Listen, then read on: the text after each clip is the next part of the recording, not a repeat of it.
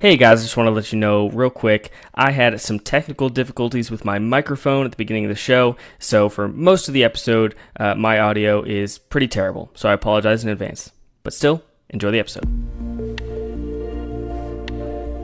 You're listening to the Screeners Podcast Network.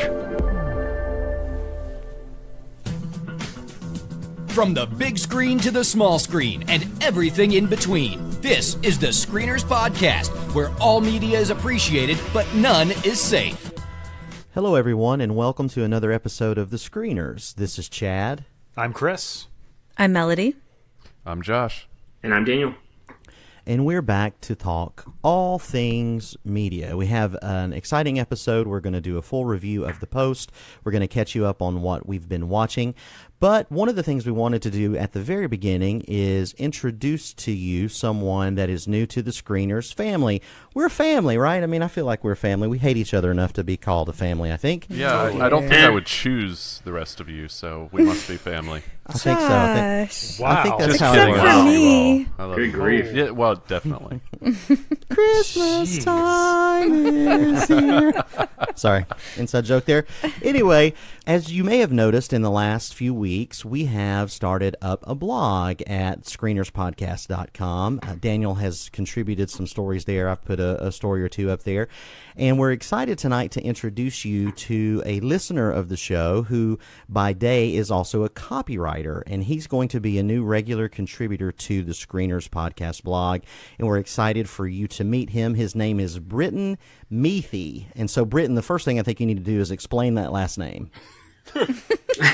Wow. Sorry. Right Welcome to the show. Welcome to the show, Welcome Britton. to the Screeners. Hey, thanks for having me, and no one will ever be able to spell my last name, so I don't even need a screen name. It's good to go right there already. That's Nice. absolutely true. And Britton is a young guy, so I think he and Daniel will see who can out-hipster each other on a regular basis, so it's very exciting. I love La La Land more than Daniel does, wow. so no, it's only Wow. no. What are your feelings on San Andreas? terrible. All right, get out of here. You have some promise. That's fair. So, Britton, tell me again, what's your official title? Yeah, it's a senior content strategist over at the Alderman Group. Britton Content is scripting and a whatnot, lover of so. pop culture. He's a writer, and we're very, very excited, in all seriousness, to have him come on board with us, and excited to have him guest tonight on the show so that you guys can meet him. You'll be seeing a lot from him in the future. So, Britton, anything you want to say to the people here before we get going?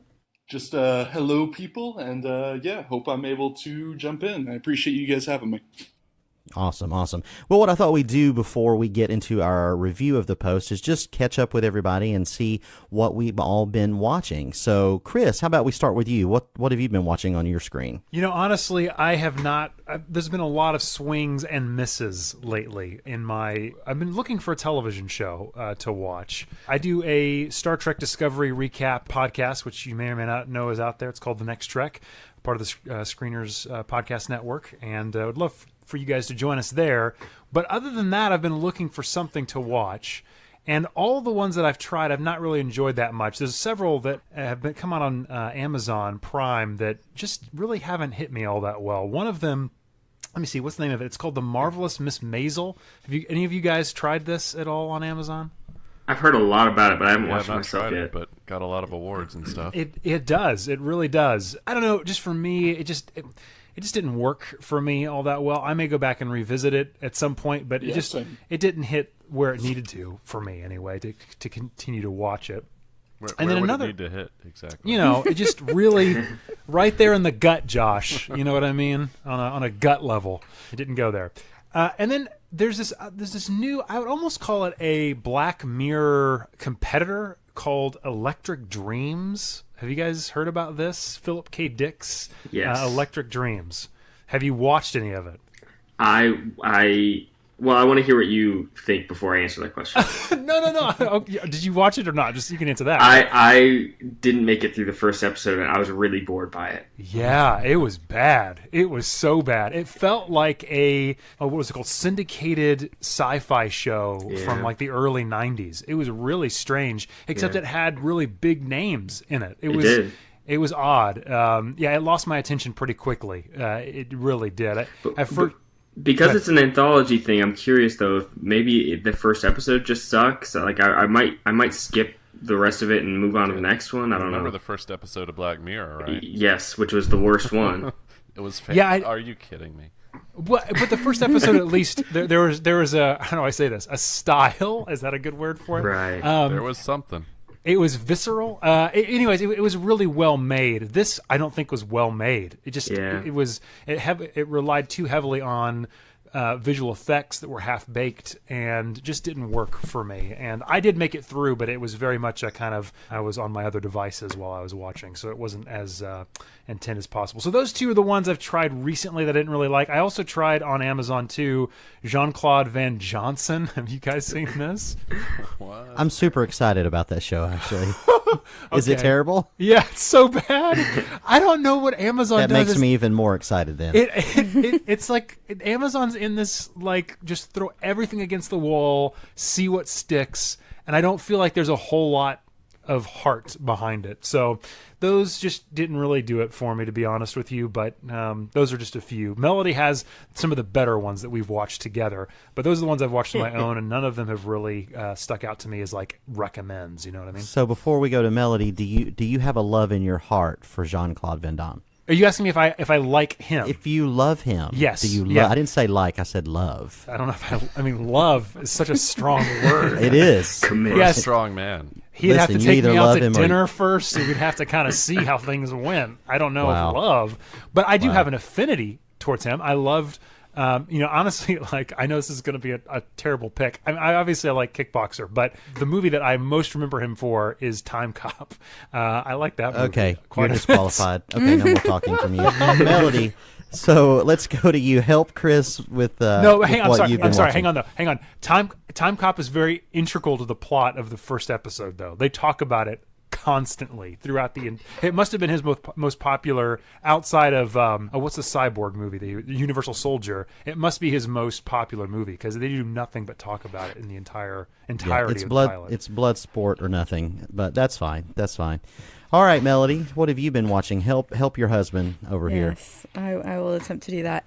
Well, I think it's just exciting that I've been watching some television because, I don't always have time for such things, but we found a few good shows. And I do have to just say, I know he mentioned Star Trek.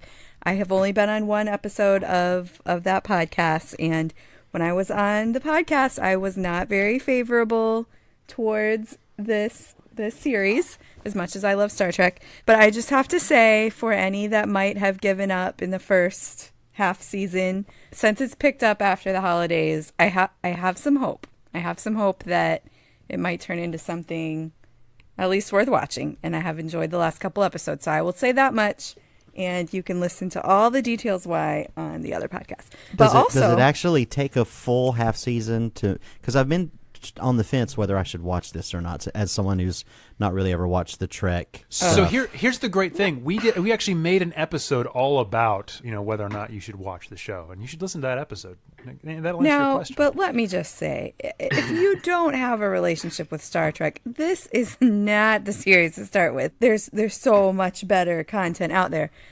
Yes, I would say it does take a half season to get to a point where it's where you understand the groove of the show and you understand why they introduced the characters the way they did, and you care a little bit about any of them. But Okay. with that said, I'm looking forward to the next episode, and I'm really happy that I can say that. Also, we have been watching The Good Doctor, which is a network television show, which I typically avoid at all costs.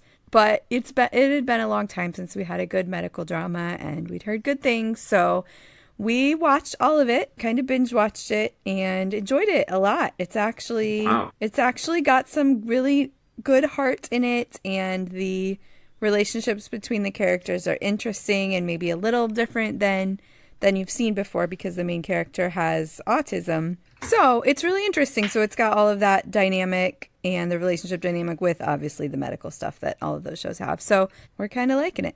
We tried to watch the X-Files and we got about not even 10 minutes in. And just, Yeah.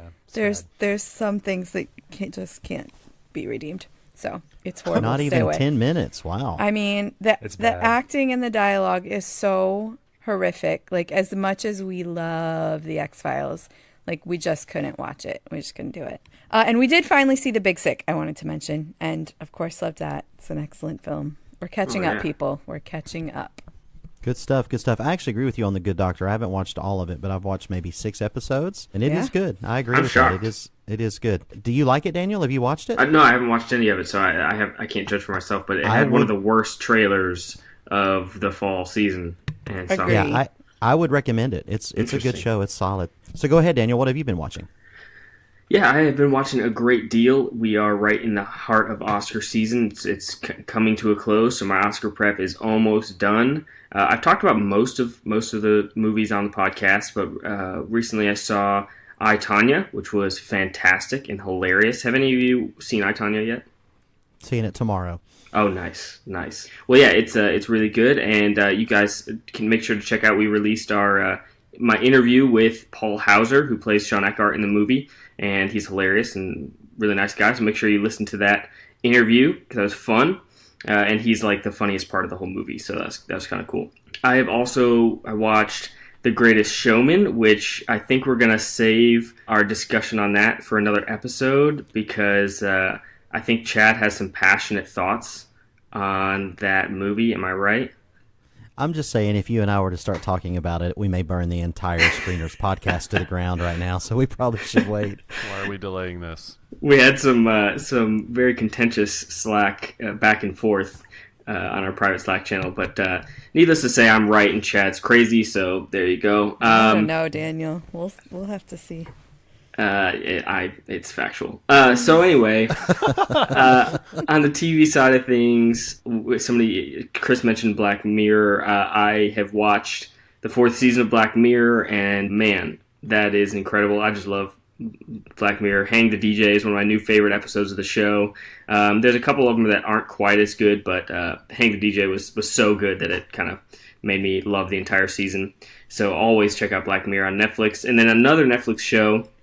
Have any of you guys watched American Vandal? It's so good. Yes. It's in my queue, but I haven't watched it yet. So just me and Britton. I guess the young people have to hold down the show. So, so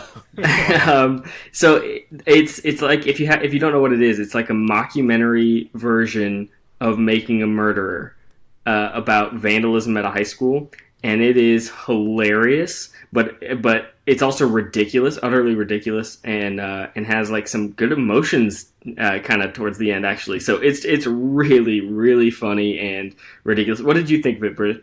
Yeah, I liked it. I thought it was way better than I thought it was going to be. I thought it was just going to be another kind of, dumb high school comedy. But it was, like you said, it was deep, and at the end kind of had some emotional pull that I didn't expect from it. So I dug it. Yeah. And it was like a lot better made than I thought. It was a really, really well thought through mockumentary. Like they hit every beat of Making a Murderer. Like it was really good. So you guys should definitely check that out. I think it's only 6 episodes if I remember right on Netflix. So yeah, you should check it out. So that is what I've been watching. What about you, Josh? Have you had a chance to see anything lately? I have watched 1 or 2 things, probably only 1 or 2 things. I'll try to keep it quick. Half of mine are catch-up things to agree with things that you people said months ago. A couple weeks ago, we finally watched Get Out, which I can heartily recommend. I hate horror movies. All right. This movie was great. Wow, this is Yay, exciting. Josh. Glad to I don't hear know whether it. I'd call it a horror movie. I mean, it might. Yeah, well, Yeah. to be fair, Yeah. it's a musical or comedy, so... Yeah, but it was billed as like a horror movie, right? It was marketed like one, yeah. Yeah, that's essentially what I mean. Yeah, totally. So there was that was good, and also my wife and I started the first season of Glow and finished it very rapidly. Glow is a great show. It's a Yes, great show, I told and you should you. watch it. I am a champion of Glow. People need to see this show. It's great. They do.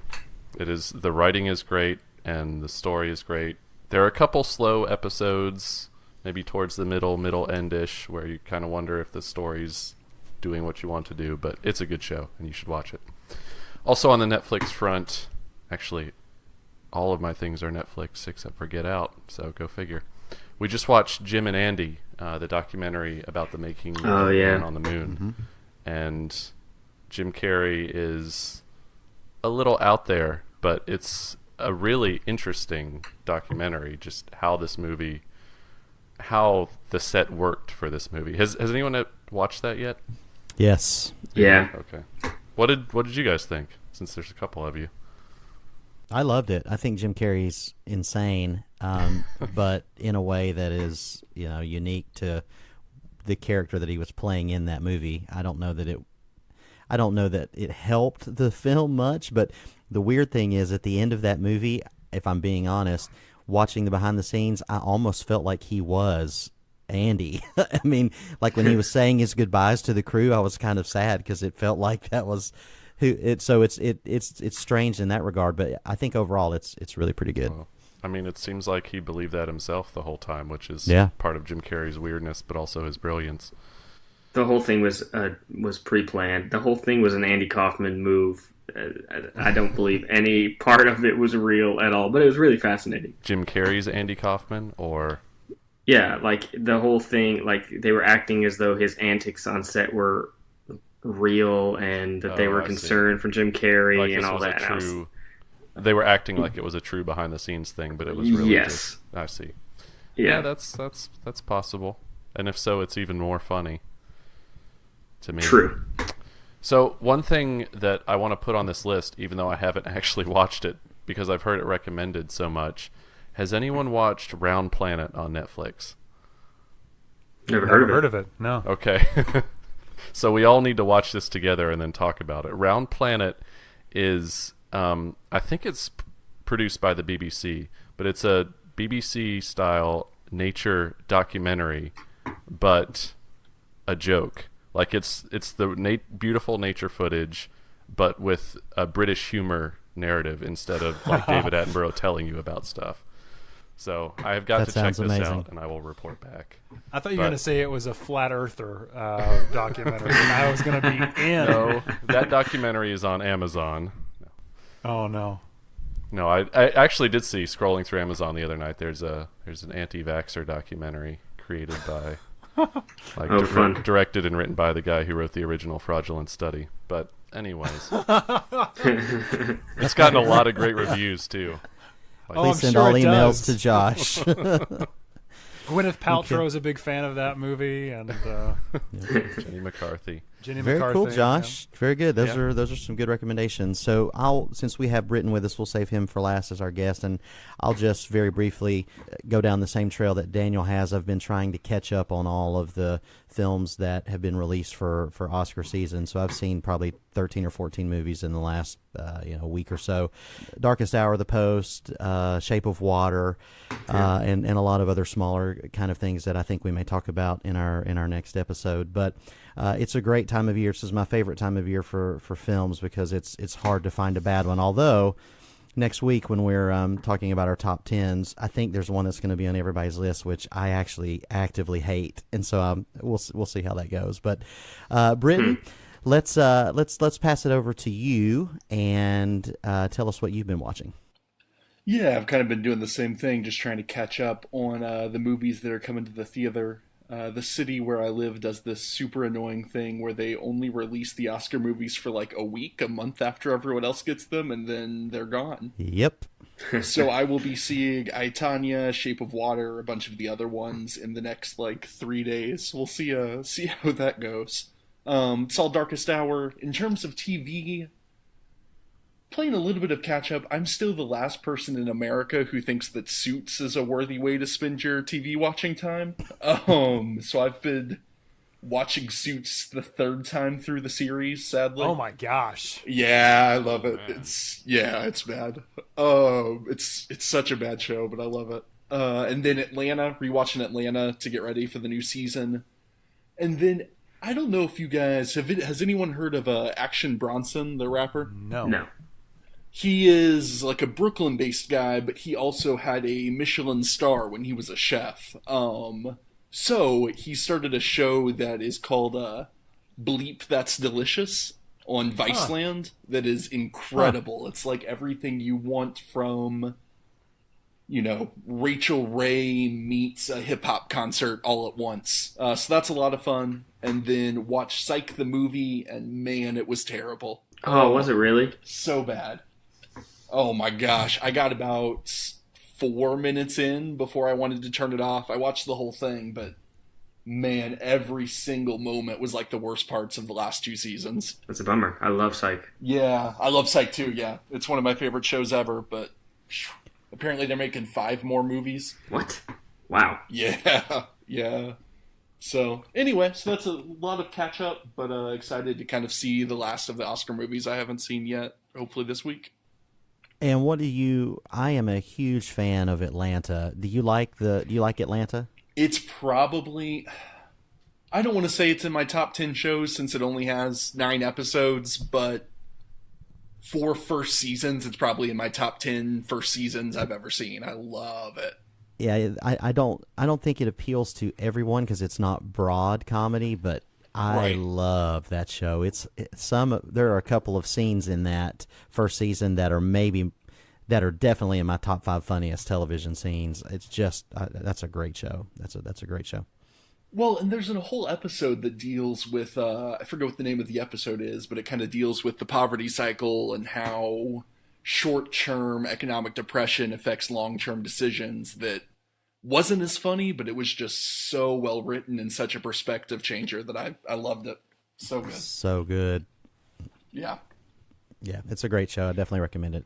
And it's on Hulu, so if you have Hulu, you can see the entire first season now. So new season comes out in March at some point. So that's it. Well, that's what we've been watching. And with that, we now move to our main event review of The Post. So, can I ask you a hypothetical question? Oh, dear, I don't like hypothetical questions. Well, I don't think you're going to like the real one either. Do you have the papers? Not yet. This is a devastating security breach that was leaked out of the Pentagon. The most highly classified documents of the war. The Times says 7,000 pages detailing how the White House has been lying about the Vietnam War for 30 years. The way they lied, those days have to be over. Okay, people are concerned about having a woman in charge of the paper, that she doesn't have the resolve to make the tough choices. Thank you, Arthur, for your frankness. Let's do our jobs. Find those pages. You're talking about exposing years of government secrets. Is that legal? What is it you think we do here for a living, kid? Ben, I might have something. It must be precious cargo. It's just government secrets. And that is from the trailer of The Post, the latest prestige film, if you will, from director Steven Spielberg. It's known infamously for its very brief production. I think it came together and was shot in just under 5 months or so.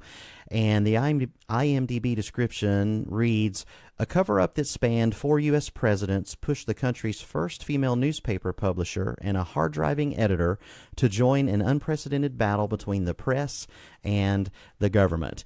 This is a who's who of actors. We've got headlining, you've got Meryl Streep, you've got Tom Hanks, you've got Sarah Paulson, and so many more. Bob Odenkirk, just great actors across the board.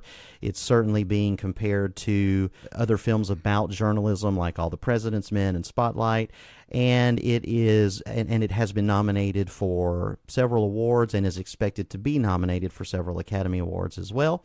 So what I thought we would do is we'll go around and give our general thoughts and impressions first before we get into spoilers.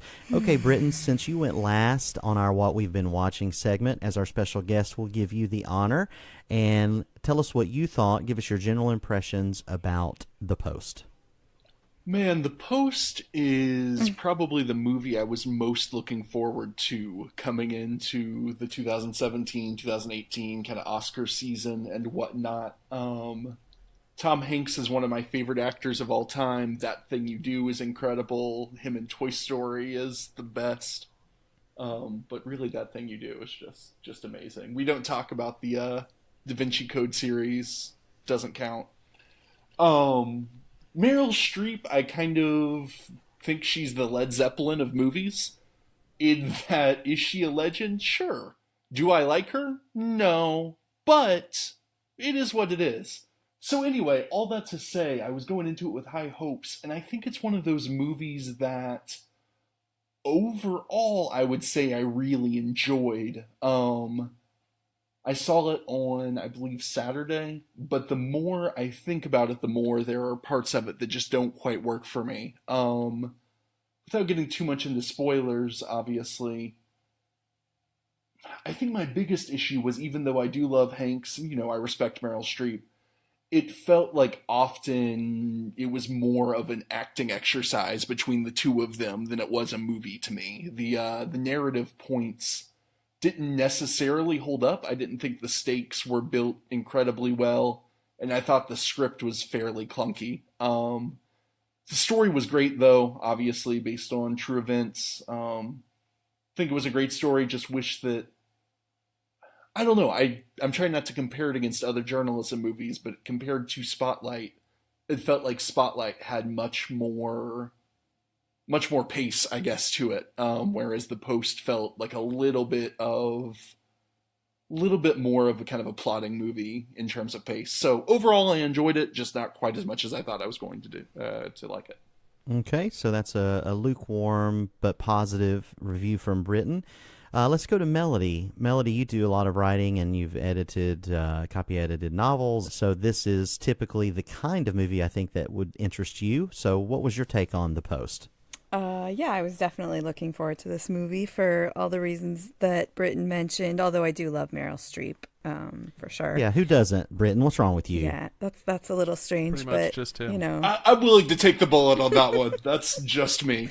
So yeah, and of course, writing is, great. So I was expecting great things from this movie, and for me, I felt like it delivered, for sure. I enjoyed every minute. I went into the movie feeling very, very tired and really hoping that I would be able to stay awake, honestly. And from the minute it started, I was riveted. Yes, it was mostly because of the performances of Hanks and Streep, for sure. There were moments that, I'm just watching the two of them on screen, and this one long scene that didn't even cut away, and both of their faces were in it, and just their acting skill was amazing. It didn't feel like dialogue. It just felt wonderful. So I loved all of those moments. I see what Britton's saying about, it being the acting thing between the two of them, but I loved that, and I would have kept watching that because I just think they're wonderful. I don't think the script was amazing. I think it was telling the story, but it didn't feel plotting to me. It felt engaging the whole time, and it felt tense and exciting. And even though I knew everything that was going to happen, I enjoyed watching it happen. I think that I was intrigued to see how much of the movie was going to be about the powerful woman character. And I don't think that that was the complete heart of the movie or the complete point of the movie, but I'm very intrigued by that character, and I think that Meryl Streep did an awesome job in portraying her. So I enjoyed it. It's a big thumbs up for me. Okay, so a big thumbs up from Melody. Daniel, let's go to you. You are an aspiring screenwriter. You've done a lot of writing yourself. So what did you think about The Post? Yeah, Melody and Britton both mentioned it already. Meryl Streep and Tom Hanks, they're just the two of the best that there is. There's a scene very early on where the two of them are just sitting and eating breakfast or lunch, and it's just the whole time I was watching this long take, it was amazing watching these two just do their thing, just act opposite each other, because they're both just so good at it. And so that's kind of the feeling I had throughout the whole movie, because it's not just them. Obviously, Steven Spielberg directed this, and he's another legend. And so the whole movie just is so technically proficient, and the movie just feels confident and assured that we know what we're doing. And so the whole time I was watching it, it just felt confident. It felt engaging, exactly like Melody said. And so it's a really good movie overall. I'm not sure there's ever been a movie that fits the word timely better than this one. If it was fictional, I think there would be like a fictional story at all the same points. I think there would be mass protests against this film, people thinking it was just a hit piece on the president, and that's what makes this film so strong, because here today, it's a necessary reminder of why we need the press, why they're so important, and why we need to hold our leaders accountable. And so it's really strong because of the time in which it's released. If taking it out of the time, just judging it as a film, not within the context of our time, it's not exactly groundbreaking. There's definitely a lot of things about this movie that feel familiar. That's not necessarily a negative thing. It just doesn't feel like there's necessarily anything here new or unique. And I think, Britton mentioned Spotlight, which is a really good movie, and it has a lot of emotion and really invests you in what's happening with the Catholic Church scandal and all of that. And I think that's what's missing from The Post. I didn't feel a lot of emotional weight connected to the story that they were investigating. I didn't feel scared or worried or concerned about the soldiers or the Vietnam War. I was really invested in Tom Hanks and Meryl Streep's characters, but that's sort of detached from the story that they're investigating. So, that's a slight issue, not a lot of emotional weight, but this is still a really, really good movie, very engaging and very thrilling at times, and just, a film made by legends. And so it's really, really good and absolutely worth the time. Okay, another strong endorsement from Daniel. Let's go to Josh, and continuing the theme here of people who have done a lot of writing. Josh has done lots of writing in his day, and has what is your master's in, Josh? Is it linguistics or something related to that? My master's is in linguistics. My bachelor's is in journalism. In journalism, okay. So there you go. And you're married to a former, is it literature professor? Is that right? Yeah, literature composition. Yeah. Oh, well, so there you go. the written word is certainly important in your household. So Josh, what did you think about The Post? Well, I think that The Post, first off, isn't primarily a movie about writing. I mean, I appreciate the introduction for all of us as writers, but I don't think that's where the Post really hinges the most. There's the fact that it is set within a newspaper is one thing, but I think that the primary theme is, as Daniel just covered, is the freedom of the press and holding leaders accountable and things like that, and the lengths to which journalists are willing to go to do that. There's that, and then there's a secondary theme, which Melody touched on a bit, which I didn't know was going to get quite as much play as it did, but it ended up feeling very, very important and made the movie feel doubly timely. There was the freedom of the press angle, and then there was the Meryl Streep angle, and they were both, I don't want to say treated equally, but they were both very prominent, and both made the movie feel like it was at its time. And I guess that's one of the reasons that they rushed through production so quickly, is that they had both of these cylinders to fire on, and they did both very well. As you mentioned at the beginning, Chad, that this movie has so many people in it. Obviously Tom Hanks and Meryl Streep, but half of the fun of this movie was just watching the secondary characters being like, who else am I going to recognize? Right, yeah. Bob Odenkirk, David Cross, Alison Brie, there are more. Zach Wood, Jesse Plemons. I think there are even a couple more that even someone who doesn't watch as much as you guys do, I was like, I know them, and them. And it was a lot of fun. It's insane. So watching this movie, which I guess I buried the lead as a true journalism C student, I enjoyed the movie. The movie was great. I really liked it. One of the things about it is that watching a Spielberg movie, I don't know how else to describe it other than like, this is what a movie is. This is what a drama looks like. And I don't know whether that means that Spielberg's technique has become so entrenched that it seems hackneyed, or whether it's become so entrenched that it's classic. And Chad can probably put this a little bit more eloquently than I can, but it's the way all the shots are framed and the way the scenes flow it's just spot on. It's so sharp and flawless that it feels almost bland at times, but at the same time you feel like it's cut together perfectly and immaculately. And that's all I can say. I really enjoyed the movie. I don't know whether I would say it's in like my top whatever of all time, but it was a very solid movie, very timely, and fantastic performances. So, thumbs up. Wow, so a glowing review from Josh. So the Post is on a roll here tonight at the screeners, except for Britton, who hated it. So let's go to you, Chris. We've had a theme of writers tonight, so as someone who listens to a lot of audiobooks. Thanks, man. I really appreciate that. I love you, Chris. I love you. So what do you think about the Post? I hated it. No, I'm just joking. I adored this movie. Look, halfway through this film, I just felt like I was in a master class. You guys have already mentioned it. I felt like I was in the hands of folks who are at the top of the game and knew exactly what they're doing. And as far as telling a story goes, it really doesn't get much better than this. And because it mirrors so well what's happening right now in our almost daily news cycle, so many of these things that happen in this film seem novel to the people at the time. Like they never experienced these things before. And it feels like today, this is something crazy like this could happen at noon, and it would be something different at 6 p.m.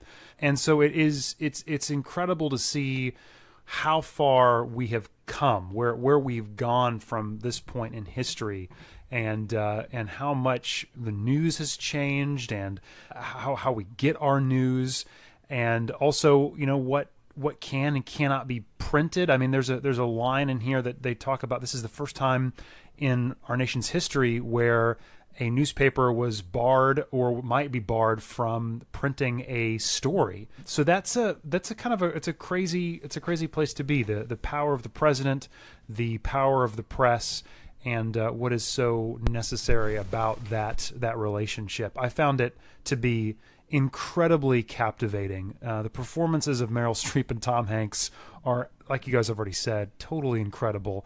The supporting cast is really amazing. I'm surprised Melody didn't say, because it's one of the things that she mentioned, and I think I really agreed with her on as far as filmmaking goes, but I understand why they did it. But in order to keep this kinetic energy up, there was a lot of shaky cam, and some of those sequences were a little nauseating. I understood that thematically it worked, but as far as like just kind of taking me out for a moment, there were a few of those moments that I did get kind of like, wow, why are we doing this? I understood why they chose to shoot it that way, but there were a few of those moments that called attention to themselves, I guess is what I would say, where you knew that this was a choice that was made. It wasn't budgetary restriction, or maybe it was. I mean, I know they had a low budget on this film. Maybe it was time. I don't know. There was a lot of shots in this film that they just did the basic coverage, and there weren't like too many cutaways to close-ups. I found that fascinating, that there were so many just master shots in this movie. That was an interesting choice, and I'm sure it was because of the accelerated timeline of shooting. That just makes sense. But it's also something that Spielberg does frequently, and I'm sure if he wanted a second take, he would get it. So, but there was an interesting choice. It kept up that kinetic energy. It felt like I was experiencing real events, that I wasn't necessarily in, this movie. I was more kind of in a kinetic, very chaotic space. And so those things I really, really did appreciate. Look, the stories are very, very much of our time right now, and like I think it was Daniel who said, if anything remotely like this were to come out, but it would have been a fiction, it would be lambasted by a lot of people. It would be, people would say, this is, don't go see this thing, but this is history, kind of teaching, and obviously it is through the lens of some artists, and of course, they're weighing their putting pressure on certain points as they can, because they're artists, and that's fine. But at the same time, even if you go back and you look at this moment in history, I think there are things that we can definitely learn and come across and understand the power and necessity of the press. And that is what the Post does oh so very well. We understand why it's important to have women in places of power, and we understand why it's important to speak truth to power. And that's a powerful message anytime. So I love The Post. I thought it was a wonderful experience, and honestly, I can't wait to see it again. Okay, so the glowing reviews continue, and they go up to Chris, who loved it. So, Chris, you are probably the most positive, I think, out of everybody so far. Not to pile on as far as the good things about this film, I'll just agree with you that I think Tom Hanks is the greatest actor of his generation, and everything that he does is... It's almost breathtaking how fantastic he is. Meryl Streep, the same thing. I honestly think Meryl Streep's performance, to me personally, stands out more than Hanks did in this one. I think she is marvelously good in this film. However, this movie overall, for me, I don't like it as much as I think all of you guys did. Now, if I'm listing my top 20 of 2017, it's definitely solidly in my top 20, but it's probably going to be out. It's definitely going to be outside of my top 10, and that is because of a lot of what Britton talked about, just from a structural standpoint of this movie. It's difficult because it is so immaculately crafted. The composition in this, Chris, you touched on a little bit, the composition choices that Spielberg makes with the movement of his camera and the way that he reveals foreground elements and tracks single shots to reveal somebody else just off camera in these long single takes is just, it's the work of a master. Yeah. And I think a lot of why he did that was because the story, and this is just my opinion here, isn't strong or compelling enough as just a film to keep it exciting. Now, I get that because it is so of its time and because the messaging is very strong, that in and of itself makes it compelling, but very much like what Daniel said, when I just take this movie as just a film, it just doesn't land on me as much. I think the pacing and the drama that's inherent in the telling of this story doesn't have a sustained sense of momentum. I think the first 45 minutes or so, it really takes a while to get going, and the back half of this is a little stronger. And it doesn't make, just because the camera is moving doesn't mean that it is exciting, but he tries to move the camera in such a way to try and bring some energy to a lot of these scenes. And I think that's because inherently this isn't a cinematic story. Like, this to me feels like it could be a stage play, and I don't mean that in a negative way. It just, that's what it feels like, even though it's a true story. Contrasting that to movies like Spotlight or All the President's Men that are very similar, those movies have a heart and a connection to a central theme or story that just had more momentum to me. And I think one of my biggest problems with this movie is really at a script level. I don't think that people really act like real people or speak like real people in this movie. They just kind of exist to inflate the drama and at times to sermonize about the point that they're trying to make. And I think the message in and of itself is strong enough that they didn't have to do that. Really the only character to me that felt like a real person was, and I think Josh mentioned him, was Bob Odenkirk as a journalist who's just trying to do the right thing and tracking down his lead. I felt like that was a real person, where the other characters, I didn't get that as much. I just saw magnificent actors acting and giving monologues and speeches about why and how we should feel about what they were doing, which is fine, except it kind of breaks the momentum of the movie for me, because at times it does cross over into speechifying instead of just letting the natural situation create narrative tension that is required to make the story compelling, the meat on the bones. The themes of the movie are strong enough to work without it constantly telling me, hey, this should work. One way, and Josh mentioned it a little bit, the whole sexism angle and the woman in power angle, I actually disagree with Josh a little bit. I don't think they're equal. I don't even think they're close to equal thematically. I think that although there are lots of scenes where we see how she's treated poorly, I don't think it gives an insightful look at sexism or business in the press.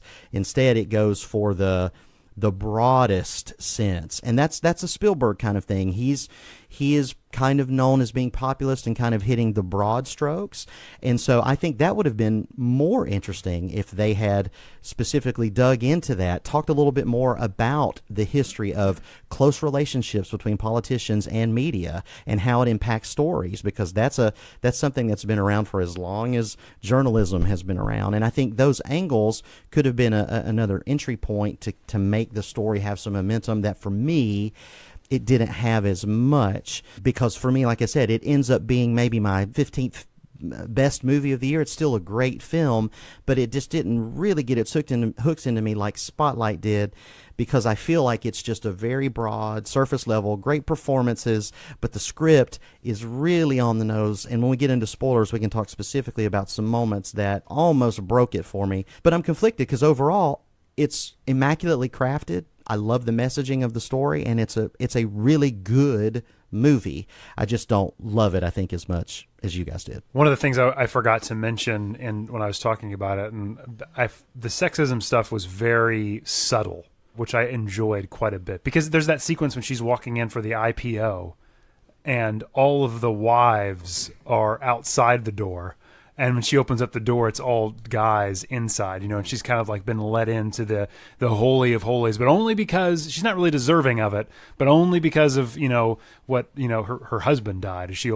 But all the other ladies are to be outside those doors and not into the decision-making process. All that stuff I really enjoyed. The framing of that, there was a moment when the lawyer and the two guys on the chairman were walking towards the camera, and she couldn't walk with them. She had to walk behind them as she was talking to them. All those subtle, like the separation between a woman and a man were so well crafted and done. I love those moments. And the character development that she undergoes, like as she starts out playing within that, and then she has that that speech. Yeah. And then she develops as a character, and it's a subtle thing. It's not, except for that those one or two scenes, but it's subtle throughout the movie, and I don't know. I found that powerful. Like I said, I didn't think the themes were completely equal, but I didn't personally, going into it, expect the secondary theme to be as prominent as it ended up feeling to me. That's what I meant to say. Yeah. Yep. And you're definitely right. She definitely gives a speech or six. They're all good, but they're all good. They're all good. All right, so before we get into spoilers, let's just go around and give our recommendations on whether people should see this or not. Remember, your four options are: they can screen it in the theater, they should rent it, they should stream it, or they should skip it altogether. So, Britton, let's go back to you. What do you think people should do as it pertains to the post? Yeah, I think I definitely ended up sounding more negative on the movie than I was. Overall, I really enjoyed it. Would definitely say see it in the theater, not just because this movie deserves it, but because it's always a better experience seeing anything in the theater. Okay. And Melody? Yeah, I think I don't disagree with any of Chad's critiques necessarily, but I would go see this movie so that you can see Tom Hanks and Meryl Streep be amazing. Like, forget the story, whatever. Just go see them be amazing. Go see it in the theater. You'll be glad you did. For sure. Daniel? Completely agree. I think this is absolutely worth the theatrical experience, and it's an important movie to see now rather than later. And Josh?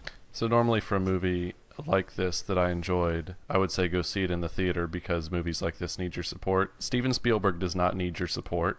That said, I'm still torn between seeing it in the theater and streaming it, because it does feel like it might gain something from the big screen. I'm on the line. See it in the theater, sure, why not? Okay, Chris? At the end of our screening, there was a huge amount of applause, like even more so than there was like at the end of like a Star Wars film. And there's just this, I don't know, it was just this interesting kind of electric moment in our history right now, and I think seeing this in the theater is a good thing, and seeing it with a group of people is almost, I think it definitely adds to the experience of the story in the film. So see it there. I don't think this movie would lose anything watching it at home. And as I've said 1,000 times, I think everything should be seen in the theater. But as my personal scale goes, this movie is certainly theater worthy, and you should see it in the theater if you can. And with that, let's move into spoilers for the post. The first rule of Fight Club is you do not talk about Fight Club. Well, you look nervous. Is it the scars? You want to know how I got them? There's so many places it would never occur to Hawk to hide. However, the reason the Führers brought me off my Alps in Austria and placed me in French cow country today is because it does occur to me.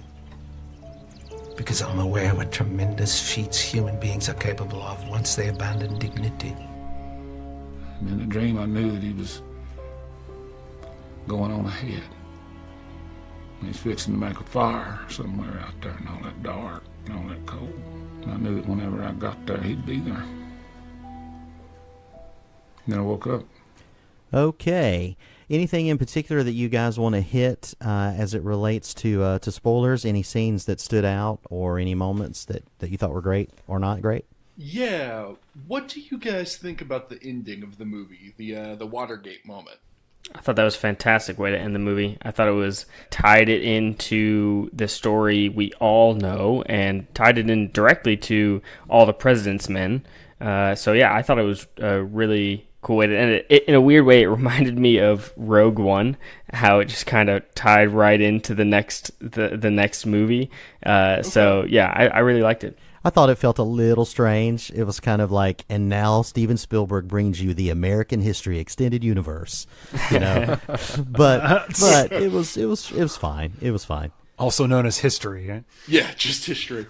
It felt a little forced to me, but I definitely see, Daniel, what you're saying. I don't know necessarily that without it would have ended properly. It just, I don't know, it felt a little bit forced, but I think it was still well done. Yeah, it did to me. The scene to me that bothered me the most, I guess bother is probably too strong a word, but then at the same time, recognizing that it's classic Spielberg, is when Streep walks down the courthouse steps, like she's coming off of Mount Olympus, and there's this row of, all these women that just stare at her adoringly.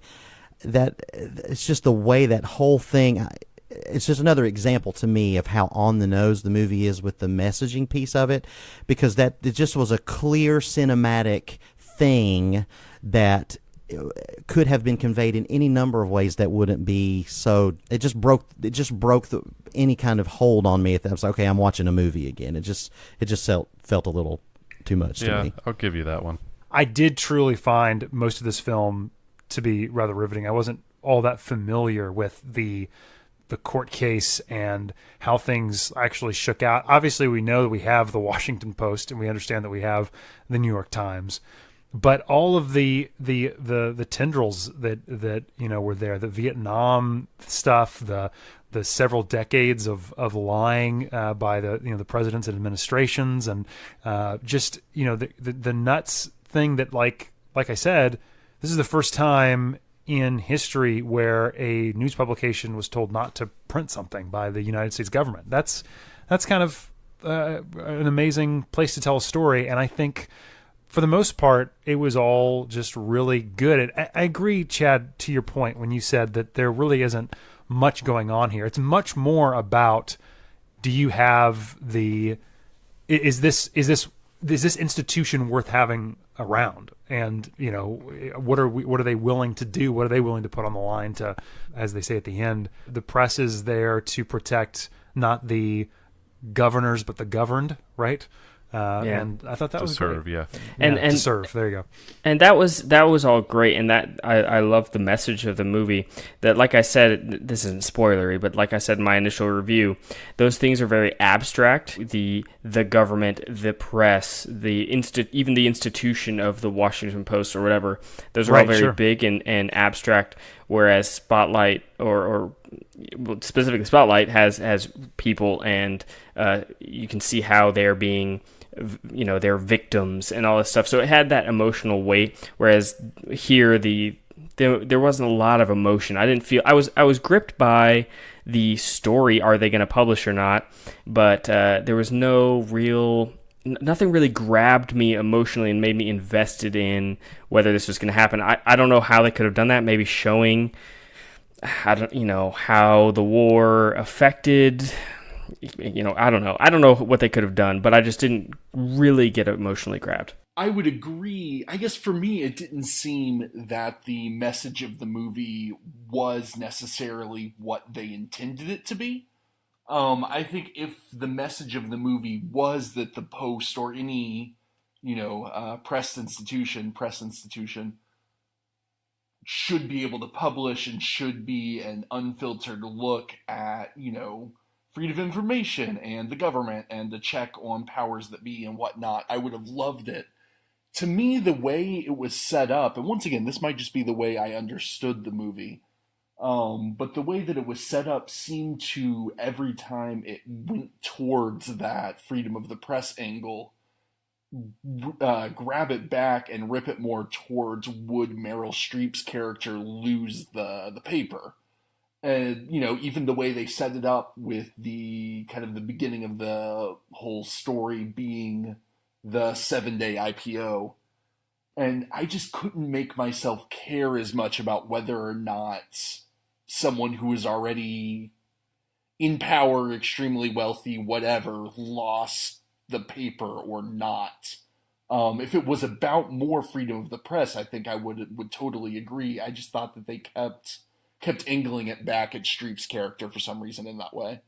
And I think that's what I was getting at, is that they had, because the story in and of itself, the will she or won't she publish, to me is not compelling enough. So they have to find other ways, right. Will she lose the paper, etc., to try and make this thing, which is why I think there are plenty of other angles they could have taken to make the story have more narrative momentum than it did, while at the same time we witnessed marvelous performances across the board, and the work of Spielberg's composition and the score and everything is really, really great. But it just kind of falls flat because it does kind of make the film about, in the end, I think when I was saying how it really starts to pick up is when it gets more interested in the freedom of the press angle, and that's where the film really comes to life for me. Well, and I think to Daniel's point, if they had, rather than overemphasizing the IPO and kind of Streep's character struggle with that, if they had looked at what, one of the young kids who went off to Vietnam's take on the leaks were, or what people in Vietnam thought of the progression of the news back stateside, that would be something I think I would be a lot more on board. Board for. Yeah, and that's the thing. I think both things are very important themes and movies that should be made: freedom of the press and sexism. But they kind of played themselves in both courts and didn't do either one as much justice. There were some good moments in both themes, but it didn't fully nail each one. I feel like I have a lot to say about it, honestly, but I think I'm struggling to know what to say because I feel like it's so personal for me, because I think I see a lot of myself in Meryl's character. Not that I'm like a very fancy, important newspaper publisher, but in the small scale of my life, being a woman in a mostly man's world is interesting. And so I think I'm listening to what you guys are saying, and I'm hearing all of your arguments, and I'm hearing how it was very subtle, and was it really even saying anything about that? And so I don't know. I think for me, what I was seeing was the complexity of all of the different things that she was weighing in her decisions. So for me, it wasn't, oh, this is about the IPO, or oh, this is about losing the paper, or oh, this is about holding the press accountable. It was all of the things, and that's what made it so complicated. That's what made the decision so complicated. And the biggest part for me that I saw in her was the tension of the friendship that she was going to ruin by publishing, or or the people that she was going to hurt. So I don't know. It worked for me, I think, because I related as a woman. I liked it a lot. I was inspired by it, and I was encouraged by it, and I don't know what else to say. Yeah, and I think Meryl Streep definitely gets as far as some of those moments where she stands up and takes control. She gets some of the best moments in the film, and I think that's why her performance stood out to me more than Tom Hanks, is she feels like a character that, as Josh mentioned, has somewhat of an arc throughout this film, and you can experience that as she goes along. You're listening to the Screeners Podcast. Thanks, guys, for joining us for our review of The Post. As always, you can keep up with the conversation on Facebook. Search The Screeners Podcast. You can also find us on Twitter at ScreenersCast. We want to hear from you, what you've been watching, and if you agree with our opinions. And we always love to hear from our listeners. All right, join us next time for our favorite episode every year. It's going to be our top 10 favorite films of 2017. We'll see you then. And that's a wrap. You've heard what the screeners had to say. Now you be the critic. Head over to screenerspodcast.com and let us know what you think. See you next time.